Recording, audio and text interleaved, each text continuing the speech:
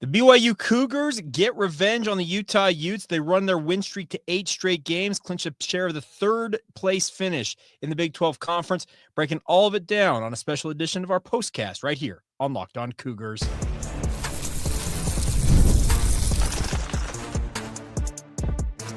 You are Locked On Cougars, your daily podcast on the BYU Cougars, part of the Locked On Podcast Network, your team every day. What's up, everybody? I'm Jake Hatch, your host here on Locked On Cougars, resident BYU insider. Thank you for making Locked On Cougars your first listen of the day. And as always, thank you to all of you who are everydayers with us right here on your original daily podcast focused on the BYU Cougars. Postcast edition here as BYU bludgeons the Utah Utes in the second half and runs their win streak to 8 straight games with an 85-74 win. And as you're probably seeing the title, Big Brother's back on top, everybody. Cougars handled their business after a really rough first half. Biggest thing for me in that first half for BYU, we'll start there, is that looked like a team that played an extra 10 minutes in Iowa against the Iowa State Cyclones on Tuesday night, then got stuck in Iowa for an extra day. Travel, all the different things that went into that. That looked like a team that was stuck in mud early on. But Dallin Hall, was that 35-foot three that he hit at the buzzer at the end of the first half? I think that one was okay, here we go. And BYU came out, put a couple runs on the Utes, and that's all she wrote, folks. So big win for the Cougars, all told, as they now clinch a share of the third place finish in the Big 12 Conference. So last year, remember, BYU finished tied for 5th with Kansas, ultimately earned themselves a 6th seed in the NCAA tournament. This year, they finished tied for 3rd with Arizona. The reason why BYU is not going to get the 3 seed in the Big 12 tournament is tiebreakers. And the tiebreaker is that Arizona, somehow, some way, the fact that they went 1-1 against Texas Tech in the 2 games against the Red Raiders, who finished 2nd, while Arizona finished 3rd, and BYU was 0-1 versus Texas Tech. That is why BYU was locked into the 4th seed no matter what happened in tonight's game. Yes, had BYU lost, they would have finished alone in 4th place and still had the 4th seed, but with the win, they tie Arizona for 3rd place, but still, they'll be the 4 seed going into Kansas City next week. And I don't know and try to pretend what the Big 12 tiebreakers are, because this is just kind of like football all over again. It seems like it's a convoluted mess, but it's kind of a sign of the times. With these ultra big conferences, both the Big 12 with 16 teams, you look at the Big 10 with 18 teams, SEC with 16, you simply can't play round robin. And that would obviously make things a lot more straightforward, but that's how it goes. So BYU will be the 4th seed, and obviously it appears that they will likely see a rematch against Iowa State in the quarterfinals with the double bye. Now, Iowa State will have to beat the winner of the 12-13 game to advance, but I'm fully expecting an Iowa State BYU rematch there in Kansas City, and we'll see what happens at that one. But nice part about this is BYU got revenge for the loss in Salt Lake City. BYU in this game, I thought, figured out a lot of what Utah did well against them in that first game. Remember, Ezra Alsar was an absolute menace up there in Salt Lake City, and in the first half of tonight's game, he was doing that very thing. But then Kevin Young, to his credit, adjusted, and Mihailo Boskovic, I think, may have had a season high in minutes in this one. But he comes in as a secondary big man and really helped BYU out on the glass with defense and really slowed down Alsar. He finished with just 12 points on 5 of 11 shooting. BYU, conversely, was led by Dawson Baker with his 15 points. Jaeger Demon actually led BYU in rebounds and assists with 7 and 6, respectively. I thought Demon had a really, really solid game. 10 points, 5 of 11 shooting. He was 0 of 3 from beyond the arc, but it was not BYU's finest night from beyond the arc. Remember, they missed their first, if I recall, was it 13 in a row before finally hitting a 3. They finished 8 of 28 in this game. So not the best shooting performance from beyond the arc, but I think you can credit that to the tired legs that this squad had coming out of that Iowa State game. A lot of people will tell you with regards to sports science and like, every extra minute or minutes that are played in basketball, they catch up with you. And they caught up with BYU in the first half of this game. But the nice part was they went into the locker room. Kevin Young adjusted a few things with the lineup and how BYU is going to attack the Utes. And they put a couple runs on them, and that's all she wrote. Utah, they're very much in flux now because obviously that roster could be torn to shreds with the transfer portal. Now, You have Alex Jensen coming in. How many of those guys will he retain? Could BYU pick off one or two of the players? I said it on the crossover edition I did on Friday with JT Wistersill from Locked On Utes. That game may have been a proving ground or a tryout in a sense as to guys like Jake Wallin, Ezra Alsar. Are these guys the BYU may want to target in the transfer portal? I know that sounds really, really weird to do, but in this day and age of the transfer portal and NIL, simply put, it's part of just the simple fact of life now when it comes to college basketball. But solid win for BYU. Workmanlike. Utah threw their haymakers as best they could, but the nice part about this BYU squad is they've won 8 straight going into the Big 12 tournament now, and they've got a lot of momentum. Outside of Houston, who I believe Houston has won 10 straight now. They fended off Baylor just before BYU's game went final. Outside of Houston, BYU is the hottest team in the Big 12 right now. Now, there is a collision course with the Houston Cougars in the semifinals in this bracket in Kansas City. If BYU gets past Iowa State there at the T-Mobile Center coming up on Thursday, well, Friday would be a rematch against Houston, and BYU, they got pummeled by the Houston Cougars earlier on this season, and that obviously would, I think, put some fire in the belly of BYU to hopefully go out there and get revenge against the Cougars. But let's be honest, Houston, that's a whole different animal you're going up against when you face off against that Houston team. Kelvin Sampson has that team absolutely rolling. They're going to be a 1 seed. I'd be stunned if Houston's not a 1 seed, but the nice part about this is BYU with 8 straight wins, and let's say they do beat Iowa State, and they win one, they advance, they lose to Houston in the semifinals of the Big 12. I could see BYU sitting pretty comfortably on that 6 or 7 seed line, and I don't mind that for BYU. Being a single-digit seed, considering where BYU was just a month ago with regards to sitting on the bubble, this is a team that is flying high as they enter the postseason here. So I don't think that there's anything out of the realm of possibility that BYU can't do with regards to the Big 12 tournament, obviously to the NCAA tournament. Ultimately, the success or failure of the season will be determined in the postseason. That's the biggest thing with regards to how BYU's season will be perceived. Now, I don't know, it sounds trite to say that, but let's be honest. March Madness, that's where legends are made. We think of what Jimmer Fredette accomplished, obviously, but his legacy was cemented in the NCAA tournament. And that's the thing about this with this BYU squad. We just need to see what they can do in the postseason. So let's get to some of the comments here from you guys out there live here on YouTube. Devin says this, let's go. Always good to get a rivalry win. The refs were terrible. We made it through. I can't wait to see this team in the postseason. Okay, let me also add this. College basketball officiating, I'm talking not just Big 12, not just BYU, I'm talking college basketball officiating as a whole is a blight. It's an absolute blight on the sport. College basketball would be infinitely better if college basketball officials would get out of their own way and not call. I think when we ended up in the second half of this game, I know at one point, 5:27 to go in the game, there were 22 fouls, I think, total have been called between BYU and Utah. If you're averaging more than a foul a minute in college basketball, it's absolutely absurd. It's hurting the product, the appeal of this sport. You're hurting everything about that. Let's see, other questions. So, Devin, hopefully that answers your question. College basketball officiating just sucks in general. I don't mean to do anything like that. Swing savvy, Yuck, you get an extra hour of sleep tonight. You shouldn't be taking so long in terms of getting this fired up. Isn't it spring ahead? I'm actually losing an hour of sleep tonight, so I better get to bed a little bit early here, Swing savvy, but a good point there.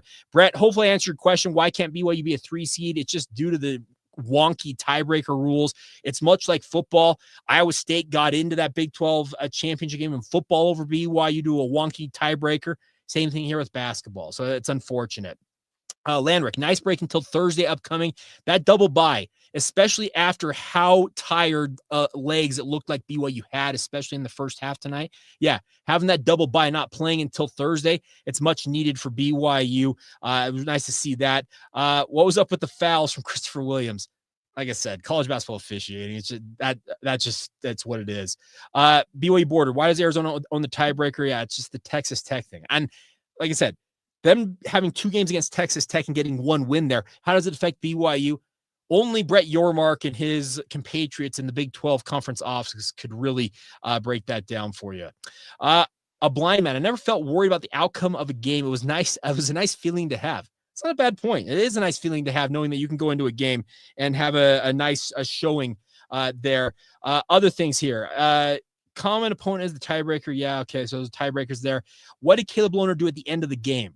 I missed that. So if somebody knows what happened with Caleb Lohner at the end of the game, maybe did he do something? Did he gesture the crowd? I don't know. I missed that as I was getting set up here for postcast. So if you want to drop it in the chat, if you saw what happened, let me know, because I missed that. Let's see. That Jaeger hit with Mag was beautiful. Utah was awful all around. That comes from Ashton. Utah did struggle. Devin, thank goodness Utah is terrible at free throw shooting. Well, we all saw that free throw shooting on full display in the first matchup in Salt Lake City. Remember, it was a free throw foul fest, and neither team covered themselves in glory there. Yellow Martian, Jake Wallin should come back to BYU. I wouldn't mind that. He's a Timpview alum, obviously committed and signed with BYU before going on his mission. Ultimately ended up at Utah. Christopher Williams, do we know why Kaba Keita was so sheepish on the rebounds? May have been sheepish in the first half. He was not sheepish in the second half. He was absolutely dominating on the glass in the second half, I thought. Let's see. Blind man, maybe ISU will lose to OSU. Speaking of Oklahoma State again. Now, that would be something. If BYU could get away from Iowa State, because we all know that Iowa State will have nothing more than revenge on their mind. Devin, 47 total fouls for the game. Ridiculous. Remember, it's a 40-minute contest in college basketball. 40 minutes. 47 fouls means your average of 1+ foul per minute. It's atrocious. I'm telling you, college basketball officiating is an absolute blight. It's a black eye on an otherwise decent product, speaking of college basketball. But I'm telling you, I have multiple friends, and I admit I watch college basketball in this sense because I have to, because I cover this for a living. But my preference is the NBA, because the NBA officiating, it's not great, but it's better than college basketball officiating. Someone said he skipped this handshake line. Caleb Lohner didn't go to the handshake line? Okay, bro. I know that you want to be like what you are, because Caleb obviously played at BYU, went to Baylor, ultimately ended up at Utah. Skip the handshake line? It's a pretty poor look there.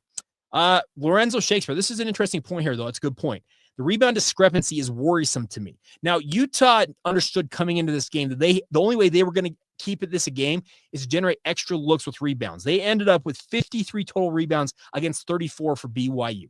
Utah is a really tall and long team. I'm talking Lawson Lovering, Ezra Alsar, the different guys they have on their front line.